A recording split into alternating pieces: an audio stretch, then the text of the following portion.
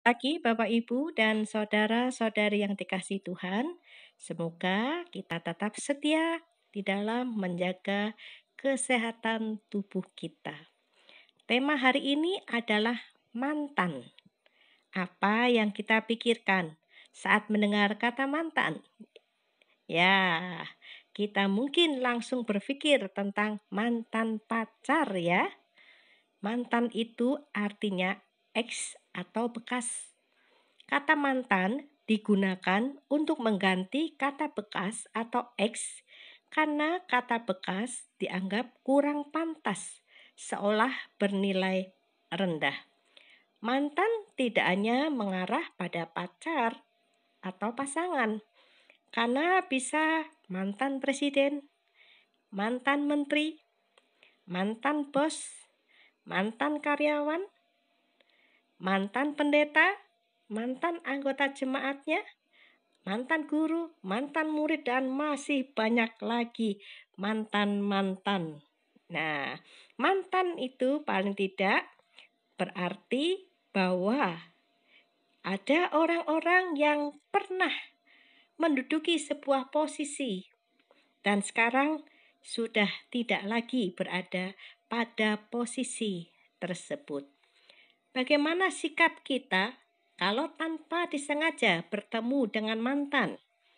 Bertemu dengan mantan bos yang kejam, bertemu mantan guru yang killer, bertemu mantan pacar yang berkhianat. Pura-pura tidak melihat, lari bersembunyi di mana saja, atau mendekat dan bersay hello. Bisa bermacam-macam sikap terhadap mantan. Tapi pesan saya, kalau bertemu mantan pacar, tidak usah tukar-menukar nomor HP loh. Tidak perlu menjatuhkan diri dalam pencobaan. Saya juga seorang mantan. Salah satu mantan pasien positif COVID-19. Bagaimana kalau suatu hari tanpa sengaja bertemu saya? Kalau Bapak, Ibu, saudara-saudari tidak nyaman bertemu saya dan ingin bersembunyi atau menghindar, tidak apa-apa loh. Saya tidak akan tersinggung atau sakit hati. Betul-betul tidak apa-apa ya Bapak, Ibu, saudara-saudari yang dikasihi Tuhan. COVID-19 memang adalah penyakit yang menakutkan, yang membuat setiap dari kita merasa tidak nyaman. Setidak nyaman ada di dalam ambulan COVID-19. Tanggal 26 Januari 2021, saat diizinkan keluar dari rumah sakit, perawat menawarkan kursi roda untuk saya karena 9 hari full berbaring. Tentu berjalan bukanlah hal yang mudah, tetapi saya memilih untuk berjalan. Berjalan pelan sembari berpegangan pada pengaman yang ada di sisi kamar-kamar yang saya lewati. Saya teringat Abednego, Sadrah dan Mesah yang keluar dari perapian yang menyala-nyala. Saya teringat Daniel yang keluar dari gua singa. Saya teringat Lazarus yang keluar dari kubur setelah 3 hari bermalam di sana. Pelan berjalan keluar dari pintu kematian, memasuki kasih karunia yang lebih dalam, yang bernama perpanjangan hidup.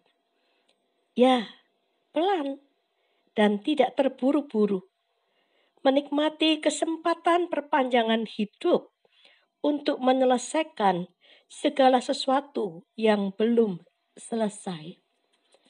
Ketika saya keluar dari kamar menuju ke mobil jemputan, saya bisa merasakan bagaimana rasanya Sadrah, Mesah, Abednego berjalan dengan selamat keluar dari perapian yang menyala-nyala. Saya bisa merasakan bagaimana rasanya menjadi Daniel yang keluar dari gua singa hidup-hidup. Saya bisa merasakan bagaimana rasanya menjadi Lazarus yang hidup kembali sesudah kematiannya. Bukankah perpanjangan hidup sebagai kesempatan menyelesaikan segala sesuatu sangat indah? Dan apakah keindahan ini akan terkoyak dengan perasaan minder, kecil hati, karena kondisi sebagai mantan pasien COVID-19? Apakah anugerah Tuhan dalam bentuk perpanjangan hidup ini akan terganggu hanya karena ada anggota jemaat, teman, sahabat, atau keluarga yang melihat saya dengan pandangan takut tertular? Tentu tidak, sangat tidak. Ungkapan syukur karena diperpanjang waktu untuk hidup, tentu salah satunya harus terwujud dengan berjiwa besar, memberi kenyamanan bagi orang lain yang belum merasa nyaman untuk berjumpa dengan mantan pasien positif COVID-19 seperti saya. Mazmur 126 ayat 1-3 berkata kepada kita demikian. Ketika Tuhan memulihkan keadaan Sion, keadaan kita seperti orang-orang yang bermimpi. Pada waktu itu mulut kita penuh dengan tertawa dan lidah kita dengan sorak-sorai. Pada waktu itu berkatalah orang di antara bangsa-bangsa, Tuhan telah melakukan perkara besar kepada orang-orang ini. Tuhan telah melakukan perkara besar kepada kita, maka kita bersuka cita. Saat Tuhan memulihkan kondisi Israel yang hancur berantakan, umat Tuhan seperti bermimpi. Harapan mereka yang lama tersimpan sekarang terkabul. Mereka seperti bermimpi. Mereka tertegun, merasa tidak percaya bahwa pada akhirnya mereka akan mendapatkan pemulihan. Mereka penuh dengan tertawa dan sorak-sorai. Dan orang-orang segera berkata, Tuhan telah melakukan perkara besar kepada orang-orang ini. Betul, Tuhan telah melakukan perkara besar kepada kita. Maka kita bersukacita. Apakah bangsa Israel akan mengorbankan sukacita mereka hanya dengan melihat kondisi mereka dan kondisi Yerusalem yang bisa jadi sudah tidak seindah dahulu? Terlalu sayang menukar sukacita atas pemulihan dari Tuhan dengan menangisi kondisi yang sudah berbeda. Bagi para mantan COVID-19, kita memang sudah tidak seperti dulu lagi. Bahkan bisa jadi paru-paru sebagian kita belum pulih benar. Tetapi apakah kita hanya akan sibuk mengasihani diri sendiri, menangisi diri sendiri, dan menyesali diri sendiri? Kita tidak tahu sampai kapan Tuhan memperpanjang hidup kita.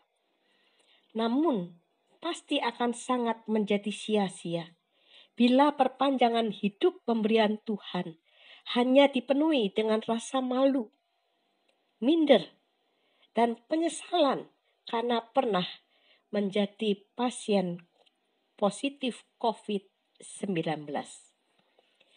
Bagi kita semua para mantan COVID-19, wujudkanlah rasa syukur dengan memberi rasa nyaman bagi siapapun yang belum siap menerima dan berjumpa dengan kita. Jangan menuntut mereka menerima kita, tetapi kitalah yang harus menerima ketidaknyamanan mereka. Karena kita sudah mendapatkan anugerah besar dari Tuhan, dipulihkan, diberi perpanjangan hidup, dan dipersilahkan keluar dari pintu kematian untuk menyelesaikan segala sesuatu yang belum selesai. Selamat pagi Bapak Ibu, saudara-saudari yang dikasihi Tuhan. Semoga ini edisi terakhir berkaitan dengan COVID-19 ya. Bosan dengan COVID-19? Karena itu, mari tetap jaga kesehatan supaya tidak ada cerita lain tentang COVID-19. Tuhan beserta kita. Amin.